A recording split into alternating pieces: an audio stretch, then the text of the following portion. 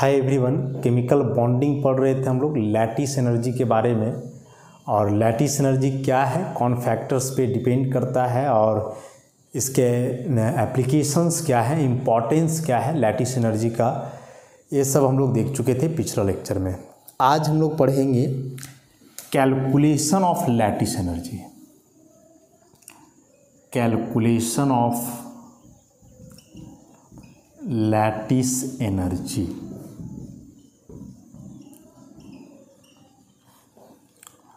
Lattice energy calculate करने तो कई मेथड्स हैं और उसमें से जो मोस्ट कॉमन जो पढ़ना है हम लोग को एग्जामिनेशन में जनरली जिससे आता है वह है born-Haber cycle. Born-Haber cycle. Born और हैबर दो अलग अलग व्यक्ति हैं, दो अलग अलग साइंटिस्ट हैं। इन्होंने मिलकर के जो है एक साइक्लिक स्कीम दिया लैटिस एनर्जी कैलकुलेट करने का 1919 में। और 1919 में बॉर्न और हैबर के द्वारा मिलकर के जो एक साइक्लिक स्कीम आया आयनिक सॉलिड के लैटिस एनर्जी को कैलकुलेट करने के लिए, उसी को हम लोग बॉर्न-हैबर साइकिल के नाम से जानते हैं। अब बॉर्न-हैबर साइकिल है क्या? तो Born Haber cycle is an application of Hess law of constant heat summation. Hess law of constant heat summation मतलब बॉर्न-हैबर साइकिल जानने से पहले आपको जानना होगा हेस लॉ के बारे में। हेस लॉ एक कॉमन टॉपिक है थर्मोडायनेमिक्स और यहाँ केमिकल बॉन्डिंग का। तो अच्छे से पहले हम लोग हेस लॉ को समझते हैं, उसके बाद फिर बॉर्न-हैबर साइकिल पे आएंगे और बॉर्न-हैबर साइकिल को समझेंगे कि क्या होता है बॉर्न-हैबर साइकिल। हाँ, तो बॉर्न-हैबर साइकिल पढ़ने के लिए जो है पहले हम लोग Hess law of constant heat summation को पढ़ेंगे। और यह Hess law of constant heat summation बोलता क्या है कि the enthalpy change of a physical and chemical transformation, the enthalpy change of your physical and chemical transformation is the same whether it is carried out in one step or in various steps. If a process is carried out in more than one step,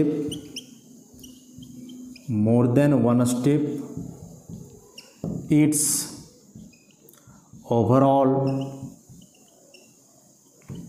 enthalpy change will be equal to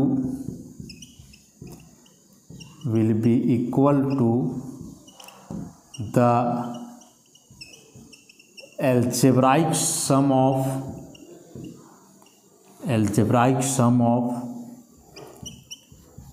enthalpy change of each step। देखो यहाँ एक word आ रहा है enthalpy. हालांकि enthalpy का तो एक proper definition है जो आप थर्मोडायनेमिक्स में पढ़ोगे। इंथैल्पी का मतलब, तो इंथैल्पी का एक प्रॉपर मतलब है जो थर्मोडायनेमिक्स में डिटेल में हम लोग पढ़ेंगे। और इनथैल्पी को हम लोग जनरली डिनोट करते हैं H से, जो होता क्या है तो sum of internal energy and pressure volume work. खैर यह बड़ा कंसेप्ट है, फिलहाल जानो इंथैल्पी का मतलब एनर्जी, इंथैल्पी चेंज मतलब एनर्जी चेंज।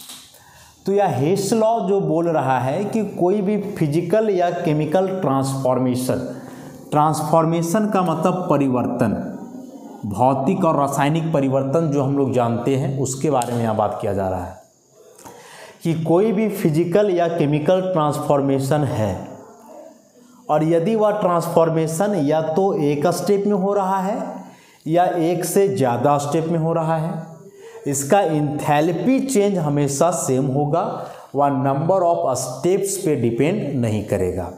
मतलब कोई रिएक्शन को तुम एक स्टेप में डायरेक्ट रिएक्टेंट से प्रोडक्ट बना दो या फिर 2-3 स्टेप्स करके तुम प्रोडक्ट बनाओ, जो इसका एनर्जी चेंज होगा, मतलब जो एनर्जी एब्जॉर्ब या रिलीज होगा वह सेम होगा, एक स्टेप में भी वही आएगा, 3 स्टेप वाला में भी वही आएगा, या नंबर ऑफ स्टेप्स पे डिपेंड नहीं करता है। हाँ, यदि कोई प्रोसेस बोल रहा है कि एक से ज़्यादा स्टेप में हो तो उस केस में जो उसका ओवरऑल इंथैल्पी चेंज निकलेगा वह बराबर होगा किसका, प्रत्येक स्टेप में जो इंथैल्पी चेंज करता है उसके अलजेब्राइक सम का, उसके समेशन का। एग्जाम्पल से समझो, ज़्यादा समझ में आएगा। फिलहाल संक्षेप में एक बार बताते हैं हेस लॉ को कि कोई भी फिजिकल या केमिकल चेंज या तो एक स्टेप में हो या एक से ज़्यादा स्टेप्स में, उसका इंथैल्पी चेंज हमेशा सेम होता है, नंबर ऑफ स्टेप्स पे डिपेंड नहीं करता है। अब यदि कोई प्रोसेस एक से ज़्यादा स्टेप में हो रहा है तो उसका जो ओवरऑल इंथैल्पी चेंज है वह प्रत्येक स्टेप के इंथैल्पी चेंज के सम के बराबर होगा। एग्जाम्पल से इसको समझें, जैसे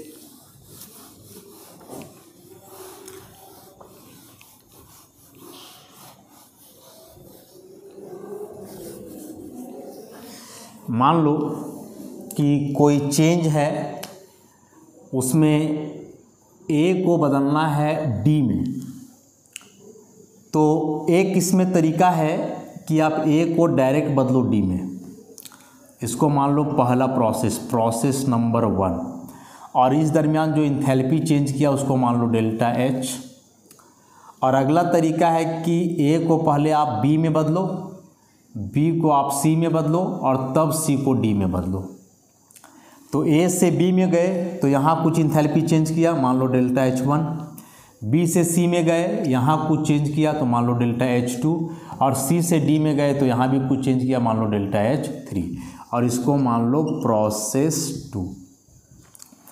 तो देखो A को बदलना है D में, बस तरीका अलग अलग हुआ। यहाँ डायरेक्ट A को D में बदल दिए और यहाँ A को पहले B में बदले, B को C में बदले, तब C को D में बदले। मैंने 3 स्टेप लगाए, 1 2 3 ऐसे।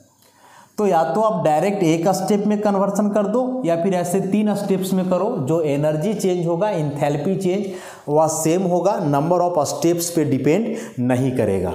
मतलब enthalpy change of process 1 will be equal to enthalpy change of process 2। ऐसे इसको समझेंगे कि enthalpy change of process 1 equal to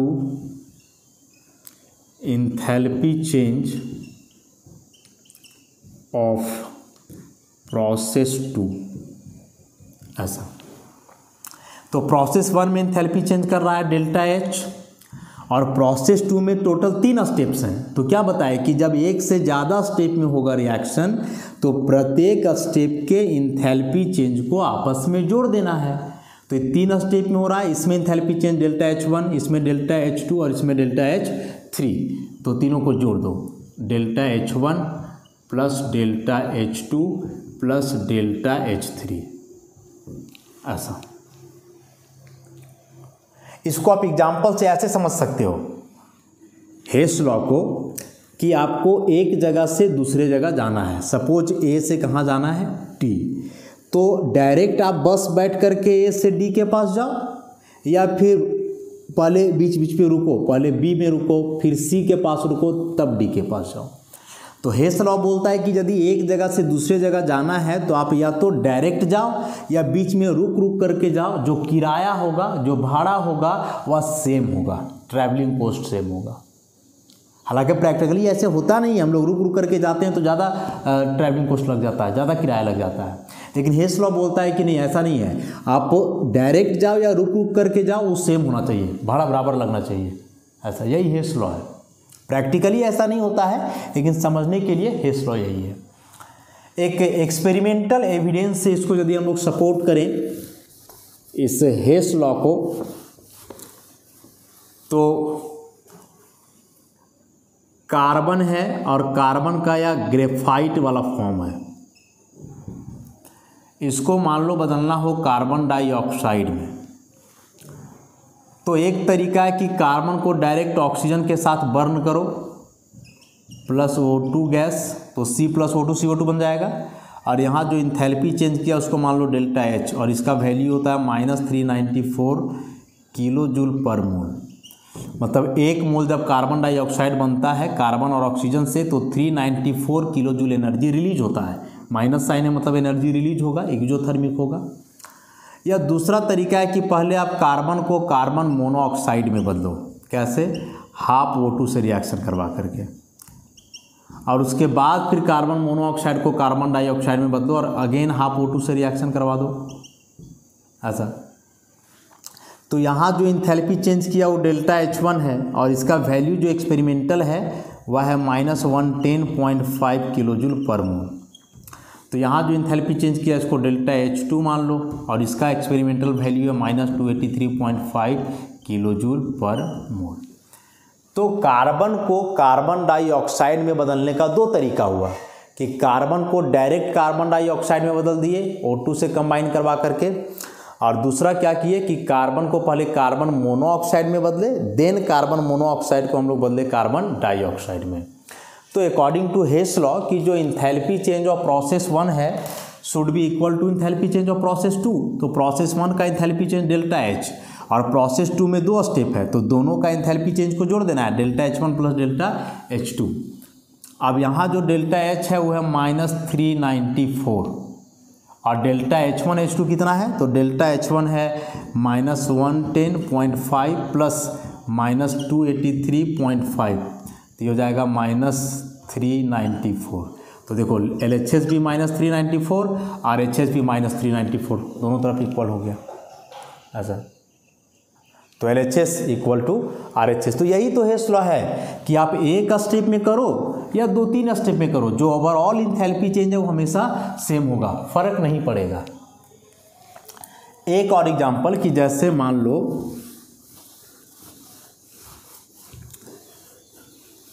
कि कोई सॉलिड सब्सटेंस है, इस सॉलिड सब्सटेंस को आप हीट किए तो बदला लिक्विड में, और फिर हीट किए तो बदला गैस में।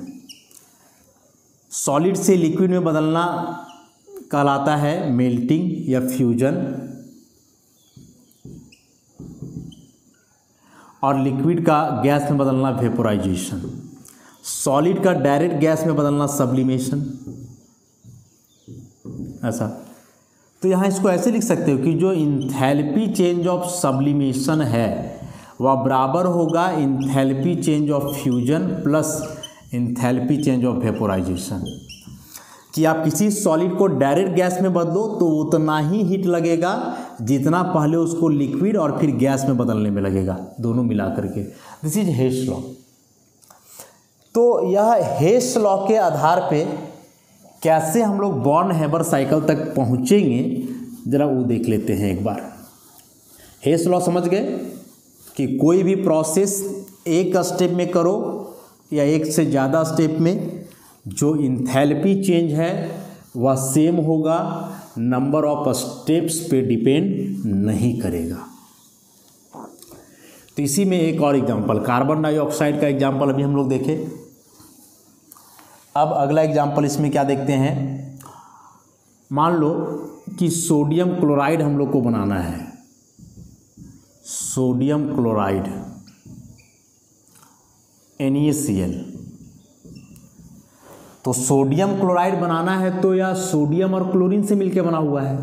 अब सोडियम जो है वह मोनोवैलेंट सॉलिड मेटल है, मतलब सोडियम Na ऐसे एग्जिस्ट करता है, और क्लोरीन जो है मोनोवैलेंट या मोनो एटॉमिक बोलो इसको, या चलो मोनोवैलेंट। क्लोरीन जो है वह diatomic gaseous non metal है, मतलब क्लोरीन एग्जिस्ट करता है Cl2 गैस के रूप में। तो सोडियम और क्लोरीन को मिला करके बनाना है NaCl। तो दो तरीका है इसका, प्रोसेस 1, और प्रोसेस 1 क्या है? Direct combination of sodium and chlorine. तो मान लो कि यह सोडियम सॉलिड है प्लस हाफ Cl2 गैस और बना दो NaCl सॉलिड। तो जब एक मोल कोई कंपाउंड अपने एलिमेंट से मिलके बनता है तो जो एनर्जी रिलीज होगा उस एनर्जी को बोलते हैं enthalpy of formation. Delta FH is the enthalpy of formation. Enthalpy of formation जो हमेशा नेगेटिव न्यूमरल वैल्यू होगा, नेगेटिव न्यूमरल वैल्यू होगा।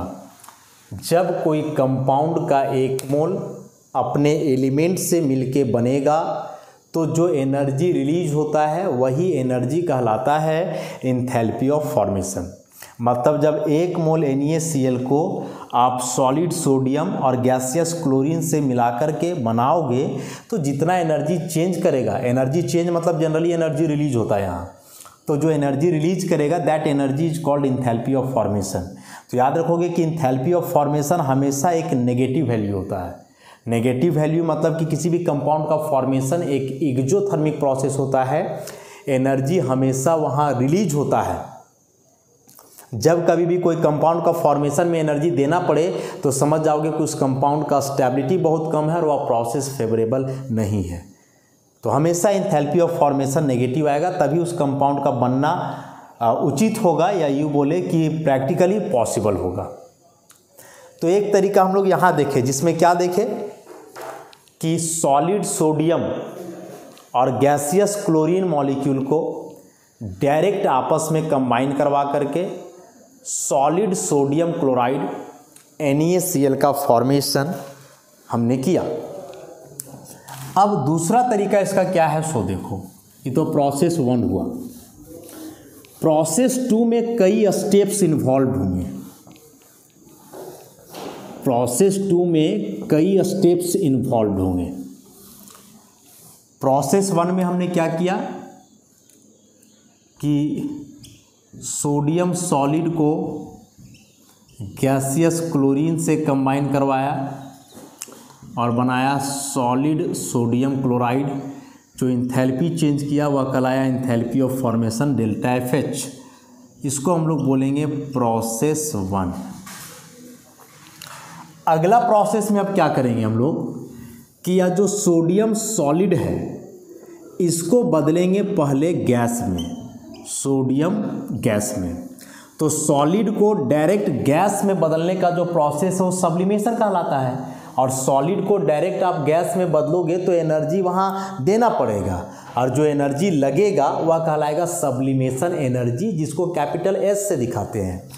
तो सॉलिड सोडियम गैसियस सोडियम में तभी बदलेगा जब इसको देंगे सब्लिमेशन एनर्जी S, और एनर्जी देना पड़ रहा है तो ये जो S का वैल्यू होगा वह पॉजिटिव में रहेगा। अब क्या करेंगे कि क्लोरीन, ये तो ऑलरेडी गैसियस है लेकिन यह क्लोरीन मॉलिक्यूलर फॉर्म में है। मॉलिक्यूलर फॉर्म मतलब यह 2 Cl आपस में जुड़ा हुआ है। तो 2 Cl आपस में जुड़ा हुआ है लेकिन NaCl में तो एक ही क्लोरीन है। तो क्या करना होगा, इस बॉन्ड को तोड़ करके पहले दोनों क्लोरीन को अलग करना होगा, और इस बॉन्ड को तोड़ने में जो एनर्जी लगेगा वो कहलाएगा डिसोसिएशन एनर्जी D। तो the amount of energy needed to break और dissociate 1 mole of a molecule into its atoms is called dissociation energy, that is capital D। यह एनर्जी भी ऑब्जॉर्ब होगा, देना पड़ेगा, तो इसका वैल्यू भी प्लस में आएगा। तो 1 मोल Cl2 को जब आप 1 मोल डिसोसिएशन एनर्जी दिए तो यह बदल गया 2Cl में। Cl प्लस Cl मतलब 2Cl। देखो यहाँ Cl2 है, यहाँ 2Cl है, तो Cl2 मतलब ये मॉलिक्यूल है, मॉलिक्यूलर फॉर्म में है, और ये 2Cl मतलब एटॉमिक फॉर्म में है, एटम्स है। तो 1 मोल Cl2 को बदले तो लगा 1 मोल डिसोसिएशन एनर्जी, इसको ऐसे लिख सकते समझने के लिए 1D। तो जब हाफ मोल Cl2 को बदलोगे तो 1 Cl मिलेगा, 2 कट जाएगा, तो डिसोसिएशन एनर्जी भी कितना लगेगा, हाफ। यहाँ देखना है 1 मोल Cl2 तो 1 mole dissociation energy, half mole Cl2 तो हाफ मोल डिसोसिएशन एनर्जी, तो 2 कट जाएगा, तो यहाँ 1 ही Cl बचेगा, और हम लोग को 1 ही Cl चाहिए भी। तो सोडियम एटॉमिक फॉर्म में होता है, तो इसको तोड़ने का ज़रूरत नहीं है, बस सॉलिड को गैस में बदलोगे। लेकिन क्लोरीन मॉलिक्यूलर फॉर्म में है, तो इसको तोड़ करके एटॉमिक फॉर्म में लाना होगा, एटम को अलग करना होगा तब। और ऐसा करने के लिए बताया कि डिसोसिएशन एनर्जी लगेगा D, और हाफ मोल क्लोरीन है तो हाफ मोल डिसोसिएशन एनर्जी, तो यहाँ बन जाएगा Cl गैस। समझ गए? ई हुआ step 1, this one is step 2।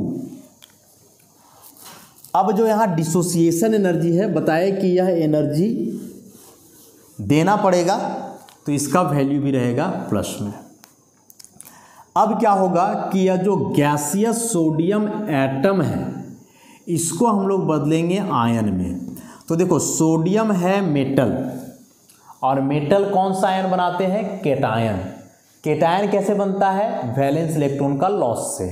तो सोडियम का जो है एटॉमिक नंबर 11 ना, 2 8 और 1, तो लास्ट में 1 इलेक्ट्रॉन है, तो सोडियम का इस 1 इलेक्ट्रॉन को निकालना है। अब हम लोग जानते हैं कि किसी भी एटम से यदि लास्ट वाला इलेक्ट्रॉन को निकालना हो या कोई भी इलेक्ट्रॉन को निकालना हो तो एनर्जी देना पड़ेगा, and that energy is called ionization energy. The energy needed to remove an electron from a gaseous isolated atom is called ionization energy. तो सोडियम का वैलेंस शेल में 1 इलेक्ट्रॉन है, तो यह 1 इलेक्ट्रॉन लूज करेगा तो बनाएगा सोडियम आयन, और ऐसा करने के लिए एनर्जी देना पड़ेगा जो कहलाएगा आयोनाइजेशन एनर्जी IE। तो यहाँ भी एनर्जी देना पड़ रहा है, तो ये प्लस में होगा। अब जो यह क्लोरीन है, इसको भी आयन में बदलना है, तो क्लोरीन नॉन मेटल है, 2 8 और 7, लास्ट में 7 इलेक्ट्रॉन, और हम लोग जानते हैं कि जिसका वैलेंस शेल में इलेक्ट्रॉन ज़्यादा होता है वो इलेक्ट्रॉन गेन करना चाहता है। तो क्लोरीन का लास्ट में 7 है, 8 करने के लिए मात्र 1 ही इलेक्ट्रॉन चाहिए, तो यह 1 इलेक्ट्रॉन गेन करके बनाएगा Cl माइनस। और यदि कोई एटम इलेक्ट्रॉन गेन करता हो तो एनर्जी रिलीज होता है, and that energy is called electron gain enthalpy. उस एनर्जी को हम लोग क्या बोलते हैं, इलेक्ट्रॉन गेन इंथैल्पी, जिसको ऐसा सिंबल से दिखाते हैं delta EgH, electron gain enthalpy, delta change को बताता है। तो यह एनर्जी रिलीज होता है, इसलिए इसका वैल्यू क्या चीज़ में रहेगा, माइनस में रहेगा। क्या क्या किए अभी तक, step 1 2, this one is step 3 and this one is step 4। हम लोग बना रहे हैं सोडियम क्लोराइड। उसमें से एक डायरेक्ट स्टेप में बनाए कि सॉलिड सोडियम और गैसियस क्लोरीन मॉलिक्यूल को कंबाइन करवा दिए तो NaCl सॉलिड बना, और जो इंथैल्पी चेंज किया वह डेल्टा FH माने इंथैल्पी ऑफ फॉर्मेशन कहलाया। दूसरा प्रोसेस में अब हम लोग क्या कर रहे हैं कि अभी तक 4 स्टेप्स कर चुके हैं। सॉलिड सोडियम को पहले गैसियस सोडियम में बदले, गैसियस क्लोरीन मॉलिक्यूल को गैसियस क्लोरीन एटम में बदले। तो इस सॉलिड को गैस में बदलने के लिए जो एनर्जी लगा सब्लिमेशन एनर्जी, और मॉलिक्यूल को एटम में तोड़ने के लिए बदलने के लिए जो एनर्जी लगा हुआ डिसोसिएशन एनर्जी। अब यह गैसियस सोडियम एटम को गैसियस सोडियम आयन में बदलेंगे, और ऐसा करने के लिए जो एनर्जी लगेगा वो आयोनाइजेशन एनर्जी कहलाएगा। गैसियस क्लोरीन एटम को गैसियस क्लोराइड आयन में बदलेंगे, तो ये आयन में तब बदलेगा जब इलेक्ट्रॉन गेन करेगा, और ये आयन में तब बदलेगा जब इलेक्ट्रॉन लूज करेगा। तो इलेक्ट्रॉन लूज करेगा तो एनर्जी देना पड़ेगा, इलेक्ट्रॉन गेन करेगा तो एनर्जी रिलीज होगा। अब फाइनली हम लोग के पास यहाँ गैसियस सोडियम आयन है और गैसियस क्लोराइड आयन है। फाइनली ये दोनों गैसियस आयन्स आपस में कंबाइन कर जाएंगे और बनाएंगे सॉलिड सोडियम क्लोराइड। और क्या पढ़े हैं पीछे लैटिस एनर्जी में कि when 1 mole of ionic solid is formed from its gaseous ions the energy released which is called lattice energy. तो यहाँ एनर्जी रिलीज होगा लैटिस एनर्जी U, जो कि माइनस में होगा। तो ऐसे भी आए तो NaCl बना, डायरेक्ट भी गए थे तो NaCl बना था, और डायरेक्ट गए तो एक स्टेप लगा, और ऐसे आए तो 5 स्टेप लगा। 1 2 3 4 5। पहला स्टेप में सॉलिड को गैस में बदले, दूसरा स्टेप में मॉलिक्यूल को एटम में, तीसरा स्टेप में मेटल एटम को मेटल केटायन में, चौथा स्टेप में नॉन मेटल एटम को एनायन में, और पांचवा स्टेप में जो गैसियस केटायन और गैसियस एनायन थे वे आपस में कंबाइन करके सॉलिड NaCl बना दिए, और जो एनर्जी लगा वह लैटिस एनर्जी। प्लस वैल्यू बताएगा कि एनर्जी एब्जॉर्ब होगा, वह प्रोसेस इंडोथर्मिक है, और नेगेटिव वैल्यू बताएगा कि एनर्जी रिलीज होगा और प्रोसेस एक्जोथर्मिक है। और ये पूरा प्रोसेस 2 हुआ, या पूरा जो है प्रोसेस 2 हुआ। अब according to Hess law of constant heat summation कि enthalpy change of process 1 should be equal to enthalpy change of process 2। Enthalpy change of process 1, enthalpy change of process 1 should be equal to enthalpy change of process 2। Enthalpy change of process 2। Process 1 में enthalpy change क्या कर रहा है? Delta FH, delta FH इसको यहाँ लिखते हैं, तो वह बराबर होगा। प्रोसेस 2 में 5 स्टेप्स हैं, 1 2 3 4 5, तो क्या पड़े कि सब का समेशन के बराबर। तो स्टेप 1 में है S प्लस स्टेप 2 में है 1/D, स्टेप 3 में है आयोनाइजेशन एनर्जी, स्टेप 4 में है डेल्टा EGH, अभी सब साइन को हम इग्नोर कर रहे हैं, और स्टेप 5 में है U। हम लोग पढ़ रहे हैं कैलकुलेशन ऑफ लैटिस एनर्जी, मतलब कैलकुलेशन ऑफ U। तो जब U निकालोगे तो हो जाएगा डेल्टा FH माइनस, ये सारा टर्म इधर माइनस में आ जाएगा, माइनस कॉमन ले लो, तो S plus 1/2D plus IE plus delta EGH। This is the formula for the calculation of lattice energy of ionic solid. लेकिन इस मेथड से जब आप लैटिस एनर्जी निकालोगे तो इसके लिए उस सॉलिड का एंथैल्पी ऑफ फॉर्मेशन पता होना चाहिए, सब्लिमेशन एनर्जी पता होना चाहिए, डिसोसिएशन एनर्जी, आयोनाइजेशन एनर्जी और इलेक्ट्रॉन गेन एंथैल्पी। और यह जो बना cycle, this is called born-Haber cycle. This is called born-Haber cycle of NaCl। अब जरा सा रिपीट करते हैं। देखो, बॉर्न-हैबर साइकिल हम लोग क्यों पढ़ रहे हैं? तो लैटिस एनर्जी का कैलकुलेशन जानने के लिए। और यह बॉर्न-हैबर साइकिल आधारित किस पर था? हेस लॉ पे, जो बतलाता है कि इंथैल्पी चेंज जो होगा किसी भी प्रोसेस का वह हमेशा सेम होगा, चाहे वह प्रोसेस एक स्टेप में हो रहा हो चाहे एक से ज़्यादा स्टेप में हो रहा हो। अब जो हम लोग लैटिस एनर्जी का कैलकुलेशन पढ़ रहे हैं वह आयनिक सॉलिड के लिए, और लैटिस एनर्जी का जो डेफिनेशन जानते हैं कि जब 1 मोल आयनिक सॉलिड अपने गैसियस आयनों से बनता है तो जो एनर्जी रिलीज होता है वही लैटिस एनर्जी कहलाता है। मतलब जो आयनिक सॉलिड बन रहा है वह गैसियस आयन से बन रहा है, तो जो भी एलिमेंट होगा जिससे मिल करके वह आयनिक सॉलिड बना रहेगा वे एलिमेंट गैसियस फॉर्म में होने चाहिए और एटॉमिक फॉर्म आयनिक फॉर्म में होना चाहिए। तो गैसियस फॉर्म में यदि पहले से वह एलिमेंट है तो ठीक है, जैसे नॉन मेटल जितने भी हैं, ऑक्सीजन, नाइट्रोजन, क्लोरीन, फ्लोरीन, वे सभी गैसियस हैं, तो वे पहले से गैस हैं तो बदलने का ज़रूरत नहीं है। लेकिन मेटल जितने होते हैं वे तो मैक्सिमम सॉलिड हैं, तो उस सॉलिड को गैस में पहले बदलना है। हम लोग का टारगेट है गैसियस आयन, कि गैस के रूप में हो और आयन हो। यदि गैस के रूप में है तो ठीक, और नहीं है तो हीट करके उसको गैस में बदलेंगे। अब आयन में लाना है तो आयन में है केटायन और एनायन, तो केटायन बनता है मेटल से, और कैसे बनता है? इलेक्ट्रॉन का लॉस से। तो इलेक्ट्रॉन अपने लूज तो नहीं करेगा, उसके लिए एनर्जी देना पड़ेगा, तो एनर्जी दे करके इलेक्ट्रॉन निकालोगे तो जो एनर्जी लगेगा वह आयोनाइजेशन एनर्जी। अब नॉन मेटल से बनता है एनायन, तो कैसे बनेगा? इलेक्ट्रॉन गेन से, और जब इलेक्ट्रॉन गेन होता है तो एनर्जी रिलीज होता है जिसको हम लोग बोलते हैं इलेक्ट्रॉन गेन एंथैल्पी। और जब गैसियस केटायन एनायन बन जाएगा तो वही मिलकर के आयनिक सॉलिड बना देगा, और जो एनर्जी रिलीज होगा वही कहलाएगा लैटिस एनर्जी या लैटिस एंथैल्पी। तो यही 5 स्टेप्स को एकदम याद रखोगे कि स्टेप 1 में जो मेटल सॉलिड है उसको गैस में बदलेंगे, स्टेप 2 में जो नॉन मेटल वो गैस तो है लेकिन मॉलिक्यूलर फॉर्म में है तो उसको एटॉमिक फॉर्म में बदलेंगे डिसोसिएशन एनर्जी देके, स्टेप 3 में गैसियस मेटल एटम को गैसियस केटायन में बदलेंगे। स्टेप 4 में गैसियस नॉन मेटल एटम को गैसियस एनायन में बदलेंगे। और स्टेप 5 में गैसियस केटायन गैसियस एनायन आपस में मिल करके आयनिक सॉलिड बना देंगे। और लास्ट में फार्मूला को लिख लेना है। और यही जो बन रहा है देखो साइकिल के जैसा बन रहा है ना, पूरा बंद है हर तरफ से ऐसा, इसलिए इसको हम लोग बोल रहे हैं बॉर्न हैबर साइकिल। बहुत इंपॉर्टेंट है, mainly for competitive examination, board exam में ना भी आए तो कॉम्पिटिटिव एग्जाम के लिए बहुत इंपॉर्टेंट टॉपिक है कैलकुलेशन ऑफ बॉर्न मैंने कैलकुलेशन ऑफ लैटिस एनर्जी और उसमें या बॉर्न हैबर साइकिल। तो बस यही बात को ध्यान में रखोगे।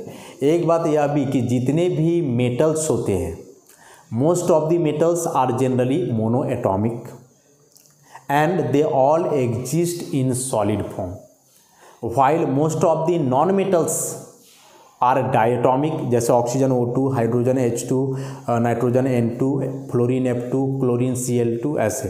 तो नॉन मेटल्स जो मैक्सिमम है वे डायटॉमिक होते हैं और गैसियस नेचर के होते हैं। इस बात को आप याद रखोगे।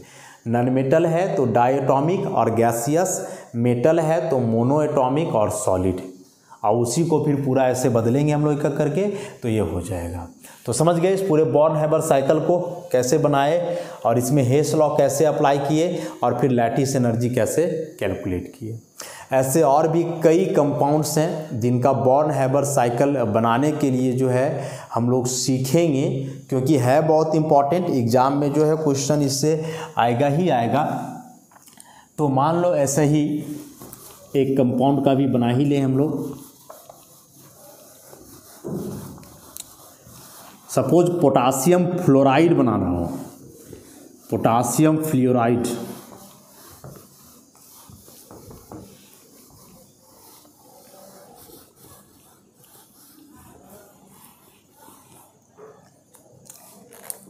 KF का फॉर्मेशन करना हो, हम क्या बोले, ऐसे आयनिक कंपाउंड में पहले जो रहता है वह मेटल होता है, बाद वाला non metal. Metal mono atomic मतलब सिंगल होगा, सॉलिड के रूप में होगा। नॉन मेटल डाई एटॉमिक मतलब ऐसे डबल रहेगा और गैस के रूप में रहेगा, गैसियस फॉर्म में होगा। और ये दोनों मिल करके बनाएंगे आयनिक सॉलिड KF। तो यहाँ वही लिखना है जो फॉर्मूला में रहेगा। अब इसको बैलेंस करोगे, एक पोटासियम तो एक पोटासियम, यहाँ 2 फ्लोरीन तो यहाँ 1, तो क्या करोगे यहाँ लगा दोगे 1/2। इसको ऐसे भी बैलेंस किया जा सकता था ना, 2K + F2 तो बन जाता 2KF, लेकिन यदि ऐसे करोगे तो इस KF का 2 मोल मिलेगा। और लैटिस एंथैल्पी का जो डेफिनेशन होता है कि the amount of energy release when 1 mole ionic solid is formed. तो हम लोग को प्रयास करना है कि यहाँ 1 रहे, और यहाँ 1 रखने के लिए इधर आप कुछ भी कर दो चलेगा। तो सही दोनों है, लेकिन हम लोग तरीका यही अपनाएंगे। तो जब 1 मोल कोई कंपाउंड अपने एलिमेंट से बनता है तो जो एंथैल्पी चेंज करता है, एंथैल्पी ऑफ फॉर्मेशन ΔFH ऐसा। तो ये हुआ डायरेक्ट बना एक स्टेप में 100। अब इसको हम लोग 5 स्टेप में बनाएंगे। तो कैसे बनेगा, क्या बताए थे कि स्टेप 1 में या जो सॉलिड है इसको सब्लिमेशन एनर्जी दे करके गैस में बदलेंगे, या गैस तो पहले से है लेकिन मॉलिक्यूलर फॉर्म में, तो तोड़ करके एटम में बदलेंगे तो देंगे डिसोसिएशन एनर्जी। और हाफ मोल है तो यहाँ भी लगाएंगे हाफ, तो 2 कट जाएगा तो बचेगा 1F गैस। पोटासियम का एटॉमिक नंबर 19, कन्फिग्रेशन 2881, तो लास्ट में 1 इलेक्ट्रॉन है तो यह 1 इलेक्ट्रॉन लूज कर देगा तो 1 प्लस आएगा, और ऐसा करने के लिए एनर्जी देना होगा आयोनाइजेशन एनर्जी। फ्लोरीन का 2 और 7, लास्ट में 7 है तो 8 करने के लिए 1 ही चाहिए, तो 1 या गेन करेगा तो 1 माइनस आएगा, और ऐसा करने के लिए जो एनर्जी चेंज करेगा ΔEgH, इलेक्ट्रॉन गेन एंथैल्पी। और ये गैसियस केटायन और एनायन फाइनली आपस, यहाँ से गैसियस पोटासियम आयन बना और गैसियस फ्लोराइड आयन। अब ये दोनों जो है मिल जाएंगे और मिल करके बनाएंगे सॉलिड पोटासियम फ्लोराइड, जो एंथैल्पी चेंज करेगा लैटिस एंथैल्पी कहलाएगा। और अब जब यहाँ हेस लॉ अप्लाई करोगे तो ΔFH बराबर हो जाएगा S + 1/2D + IE + ΔEgH और प्लस U। हम लोग लैटिस एनर्जी का कैलकुलेशन पढ़ते हैं U, तो ये पूरा टर्म U के साथ प्लस में, इसके साथ आके माइनस में, तो ΔFH माइनस कॉमन ले लो, S + 1/2D + IE + ΔEgH ऐसा। तो इस तरह से बॉर्न हैबर साइकिल के मदद से हम लोग लैटिस एनर्जी कैलकुलेट करते हैं। लेकिन हाँ, उसके लिए बहुत सारे यहाँ टर्म्स इन्वॉल्व हो गए, enthalpy of formation, sublimation energy, dissociation energy, ionization energy, electron gain enthalpy, और तब जाकर के लैटिस एनर्जी। एग्जाम में या तो डायरेक्ट बॉर्न हैबर साइकिल बनाने आएगा या तो फिर डाटा क्वेश्चन पूछेगा कि KF का फॉर्मेशन के लिए ये सभी डाटा दिए हुए हैं तो लैटिस एनर्जी कितना होगा। तो बस यहाँ वैल्यू पुट कर दोगे इक्वेशन ला करके। तो यह इक्वेशन तब आएगा जब पहले आप बॉर्न हैबर साइकिल ड्रॉ करोगे। तो first of all born Haber cycle, तब यह इक्वेशन, और फिर वैल्यू पुट करके सॉल्व कर देंगे इसको हम लोग। तो आज इस लेक्चर को हम लोग यहीं समाप्त करते हैं। ऐसे और भी कई कंपाउंड्स हैं जिनका बॉर्न हैबर साइकिल बनाया जाता है, कैसे नेक्स्ट क्लास में कंसिडर करेंगे। धन्यवाद।